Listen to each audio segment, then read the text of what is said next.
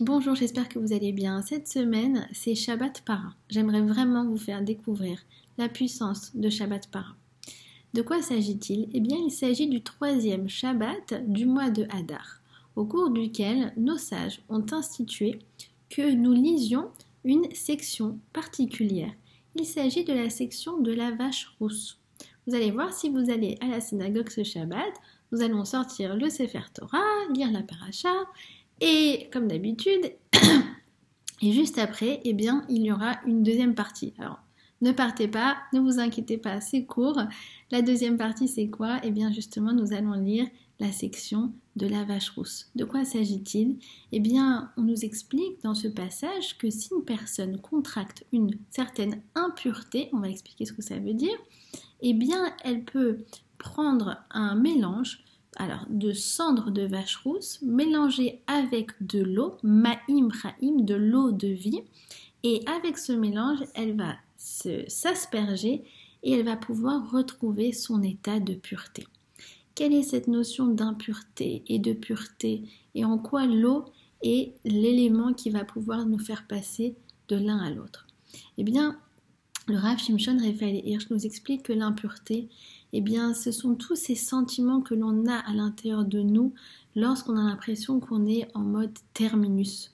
On a l'impression que quelque chose est mort, que quelque chose est fini, qu'on a un désespoir. Eh bien, l'eau va venir nous redonner de l'espoir.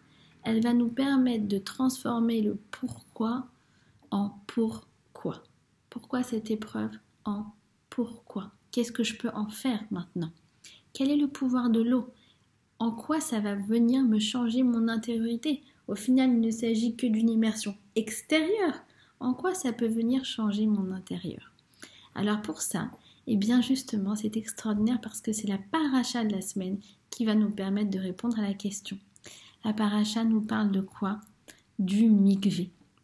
Qu'est-ce que le mikvé? Eh bien, le mikvé, il s'agit d'un rassemblement d'eau. Ça peut être un rassemblement d'eau de pluie, ça peut être par exemple de l'eau originelle comme l'eau des fleuves ou l'eau de la mer, ou bien de l'eau des nappes phréatiques. Quoi qu'il en soit, il faut que ce soit un rassemblement d'eau originelle, d'eau qui est encore connectée à sa source, dans lequel il n'y a pas eu d'intervention humaine. Non, de l'eau qui est encore connectée à sa source. Pourquoi? Quel est le pouvoir de cette eau? Pourquoi lorsqu'on va s'immerger dans l'eau du mikvé, eh bien de la même façon, on va aussi ressentir, nous, que nous allons passer de l'impureté à la pureté. Eh bien, vient le Sefer Achinour et nous explique. Il nous dit comme ça, que lorsque on s'immerge dans le mikvé, eh bien l'homme ou la femme qui s'immerge doit se considérer à ce moment-là comme si elle était recréée de nouveau. À ce moment-là, au moment où elle est dans l'eau. Pourquoi? Il nous dit parce que ça ressemble en fait au fait de retourner dans le monde originel. Le monde avant même que tout soit créé. Le monde n'était que eau. Et c'est extraordinaire parce que lorsque Dieu a créé le monde, il ne l'a créé que l'eau, c'était que eau, c'était comme un espèce d'immense mikvé. Mais en vérité, on pourrait se demander pourquoi il n'a pas créé l'eau et les continents.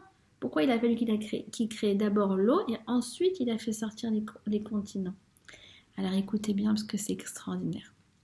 Nous disent les maîtres de la Kabbale que lorsque il a créé le monde, il a entièrement immergé d'eau, de façon à ce que la terre soit elle-même immergée d'eau et qu'elle soit purifiée, parce que Dieu savait qu'il allait créer l'homme à partir de la terre. Mais pour ça, il fallait d'abord qu'elle soit purifiée entièrement dans de l'eau avant qu'il façonne l'homme à partir de la terre. Et regardez, puisqu'en fait notre corps lui-même est encore composé de 80% d'eau. Et cette eau, c'est de la pureté, pureté originelle. Le corps de l'homme, il est pur. Et parfois, on contracte une certaine impureté. Ce sont tous ces sentiments qui nous tirent vers le bas, qui nous donnent une inertie, qui nous donnent envie de rester dans notre lit. Arrive l'eau et elle vient et en fait, elle va réveiller notre intériorité. et elle va réveiller tout le sentiment positif de vouloir reprendre le dessus sur la vie.